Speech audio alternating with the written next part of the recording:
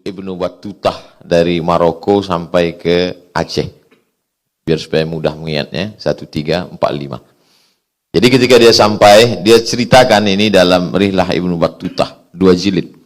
Ketika dia sampai di Aceh, dia melihat rajanya pakai jubah, ahli fikihnya, ada muftinya, naik gajah, naik kuda. Sedetail itu dia cerita. Ketika dia singgah di Aceh. Lalu setelah itu dia pun singgah ke Pulau Jawa. Dia ketemu, diceritakannya dengan rajanya yang tidak pakai baju. Lalu kemudian di depan raja itu ada seorang budak hamba sahaya, dipanggil, dikasih pisau. Lalu kemudian raja itu berkata, bunuhlah dirimu. Lalu orang itu menusukkan pisau ke jantungnya dan mati di depan Ibnu Battutah. Ibnu Battutah bertanya, raja itu bertanya kepada Ibnu Battutah, adakah seperti ini di negerimu? Kata Ibnu Battutah, tidak ada. Tak ada orang sepatuh ini. Raja itu ingin menunjukkan patuhnya budak saat itu. 2 cerita itu menggambarkan bagaimana syariat Islam sudah terlaksana di Aceh. Lengkap dengan sultannya, dengan muftinya, dengan alim ulamanya. Dan di seberang Pulau Jawa. Karena memang Demak baru berkuasa itu pada 1475.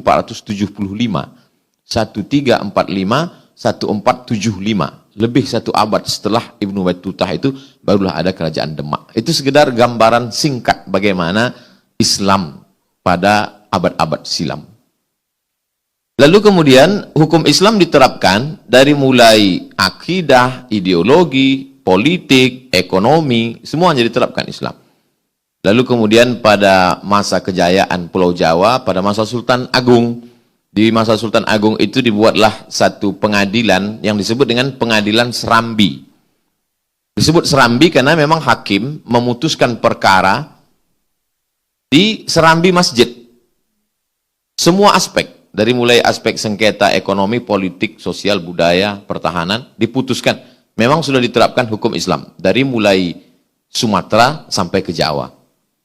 Lalu kemudian pada tahun 1800-an, jadi 13, kemudian 16, kemudian 1800-an, barulah Belanda datang membawa 3 KUHP, Kitab Undang-Undang Hukum Pidana, Kitab Undang-Undang Hukum Perdata, dan Kitab Undang-Undang Hukum Perniagaan. Di situ baru masuk ekonomi konvensional dengan hukum pidana yang tidak mengikut syariat Islam. Jadi dulu kita waktu SD diajarkan, Belanda datang menjajah kita ngambil rempah, kata dia. Apa jauh-jauh ngambil rempah kemari? Dia sedang menghapuskan hukum Islam dan ekonomi Islam. Ketika Belanda diusir dari Nusantara, 17 Agustus 1945 kita mendeklarasikan kemerdekaan, Belandanya memang pergi. Tapi hukum pidana, perdata, dan perniagaan itu tidak ikut dibawa oleh Belanda. Tinggal sampai hari ini. Belandanya pergi. Hilang dia dari negeri kita. Tapi apa yang dia lakukan itu tetap. Jadi apa yang ada hari ini adalah warisan-warisan dari Belanda itu.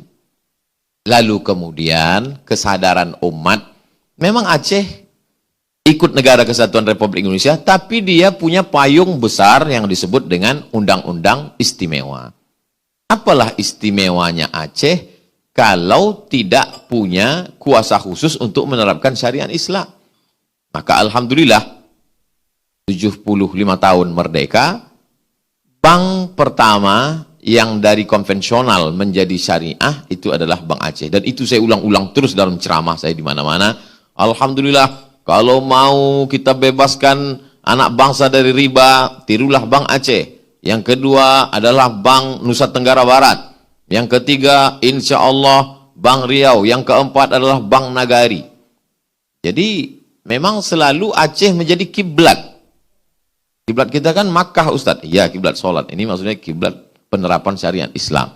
Jadi saya selalu cerita bagaimana di Aceh ada polisi syariah, wilayah hisbah. Bagaimana di Aceh ada yang namanya dinas syariah, yang hari ini Kepala Dinas Syariah Pak Kadis Pak Ali Dar hadir bersama kita. Bagaimana di Aceh ada dayah-dayah, ada khusus yang memperhatikan itu. Jadi Aceh selalu menjadi simbol dalam penerapan syariat Islam secara umum, lalu kemudian secara khususnya di ekonomi syariah ini. Jadi kalau ekonomi syariah tidak diterapkan di Aceh, maka efeknya itu kemana-mana, termasuk ke kualitas ceramah saya. Jadi kalau ditanya apa hubungan saya dengan Aceh, pertama tentu hubungan emosional, karena dulu ada namanya Sultan Iskandar Muda. Sultan Iskandar Muda pergi ke Malaka, lalu kemudian dia lewat di Tanjung Balai. Di Tanjung Balai itu dia menikah dengan seorang gadis perempuan bernama Siti Ungu Selendang Bulan. Lahirlah anak laki-laki namanya Sultan pertama Kerajaan Asahan, Sultan Abdul Jalil. Dan Sultan Abdul Jalil itu punya anak cucu cicit keturunan namanya Tengku Adil. Tengku Adil itu memberikan tanah kepada kakek dari ibu saya, namanya Syekh Abdurrahman. Kampung itu bernama Silau Laut. Jadi kami di bawah kekuasaan Aceh melalui anak Sultan Aceh, Tengku Adil, Sultan Asahan. Sultannya yang terakhir adalah Sultan Saibun. Dan sekarang masih ada kesultanan itu. Jadi saya ada hubungan emosional tentang penerapan syariat Islam di Kerajaan Melayu Asahan, yang sekarang Tanjung Balai Asahan. Saya sampai kemari menyampaikan tausiah, dan yang paling banyak titik-titik menyampaikan tausiah itu di Aceh, 41 titik. Tahun ini hanya datang sekali, itu karena COVID.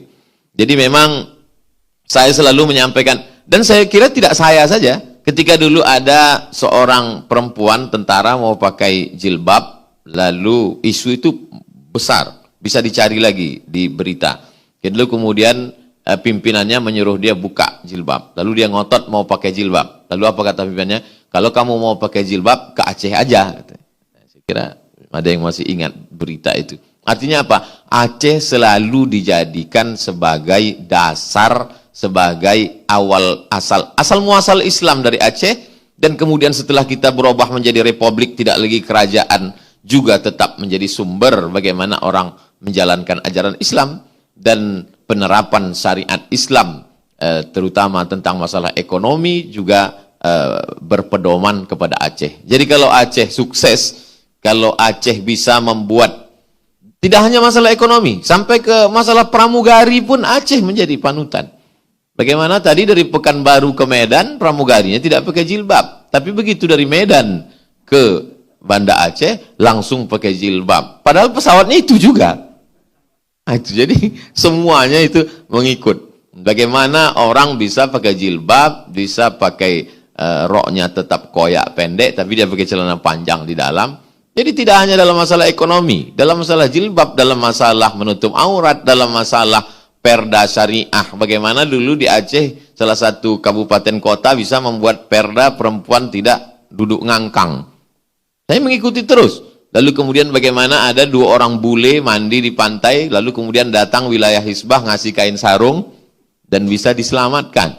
Nah, jadi adapun orang-orang yang tidak senang lalu menceritakan yang sifatnya kasuistik, maka sesungguhnya an-nadir kal ma'dum, sesuatu yang sifatnya jarang terjadi, maka tidak bisa dijadikan sebagai hukum. Maka saya sebagai orang luar Aceh melihat Aceh sebagai panduan. Termasuk kalau saya ceramah cerita tentang pengentasan riba, orang bertanya, di mana Ustadz yang kira-kira tidak ada lagi bank konvensional? Ya datang ke Aceh, saya bilang. Jadi nanti kalau orang datang ke Aceh ternyata masih ada konvensional, berarti ceramah Ustadz Abdul Somad nggak betul, kata dia. Nah ini, jadi saya sebetulnya kedatangan ini mau meyakinkan apa betul sudah diterapkan. Kalau sudah ya alhamdulillah, kalau belum ceramah ini saya rem-rem dikit lah.